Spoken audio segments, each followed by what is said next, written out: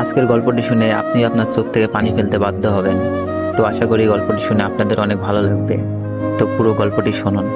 আমার পাশের বাসার একটা মেয়ে, নাম মিম, আর আমার নাম ইমু। মিম আর আমি দুজনেই খুব ভালো বন্ধু, বলতে পারেন একজন আরেকজনকে ছাড়া চলে না। হঠাৎ করে একদিন আমি মিমকে মজা করতে করতে বললাম, মিম, আই লাভ ইউ। ও বলে, শোন ইমন, আমি তোকে ভালোবাসতে পারবো না, তুই শুধু আমার বন্ধু। এই কথা বলেই চলে গেল, আটকাতে পারলাম না। এভাবেই দিন যেতে লাগলো, কিন্তু মিম তো আমাকে ভালোবাসে না। কি যে করি। বলতে বলতে মিমের ফোন। ওই ইমন, কি করছো? তোর কথাই ভাবছিলাম মিম। চুপ থাক, খাইছস? না, তুই খাইছস মিম? হ্যাঁ খাইছি।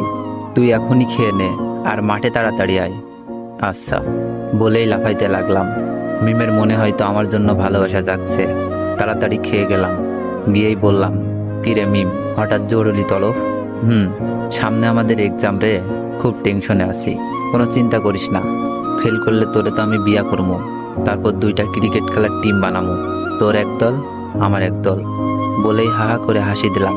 কিন্তু হাসি দেওয়ার পর যা ঘটলো তা আমি কেন, আমার চোখও বিশ্বাস করতে পারলো না। এমনভাবে আমার গালে চড় মারলো যেন গাল দিয়ে ধোয়া বের হচ্ছে। চড়টা মেরেই মিম বলা শুরু করলো, তোকে বন্ধু করে জীবনে বড় ভুল করেছি, আজ থেকে আমাদের বন্ধুত্ব এখানেই শেষ। বলেই চলে গেল। আর আমার চোখ দিয়ে বৃষ্টির মতো পানি পড়ছে। কিছুই বুঝতে পারলাম না, খুব খারাপ লাগছে। শেষমেশ বন্ধুত্বটাও শেষ। কেমন জানি স্বপ্ন স্বপ্ন লাগছে, তাও কিছুই করার নেই। অশ্রু ভরা চোখ আর বুক ভরা কষ্ট নিয়ে বাসায় আসলাম। এসেই শুয়ে পড়লাম। বালিশটাও ভিজে গেছে। পুরনো স্মৃতিগুলো মনে পড়ছে। প্রতিদিন ওকে ফোন দিয়ে ঘুম পাড়ানো, ঘুম থেকে জাগাতাম।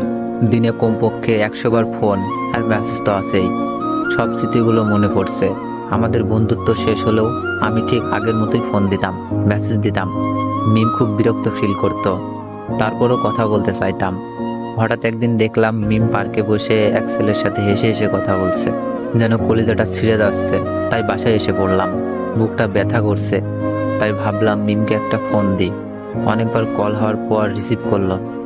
মিম, বুকে ব্যথা করতেছে। মিম বলল, ব্যথা করা ভালো, এখন আমাকে ডিস্টার্ব করবি না, পরশু আমার এক্সাম। আমি বললাম, আচ্ছা, নাপা খেলে ব্যথা যাবে? হ্যাঁ যাবে, এখন আর ফোন দিস না প্লিজ, কিছুই পড়া হয়নি। আমি বললাম, কয়টা খাবো? তোর যতটা খেতে মন চাই খা, প্লিজ ইমন, আর না। আমি এবার বললাম, লাস্ট একবার, ভালোবাসিস? মিম এবার বলল, ইমন, এইসব কথার কোনো মানেই হয় না, আমরা জাস্ট ফ্রেন্ড। তোর অনুরোধে কিন্তু দ্বিতীয়বার ফ্রেন্ড হয়েছি, তাই যা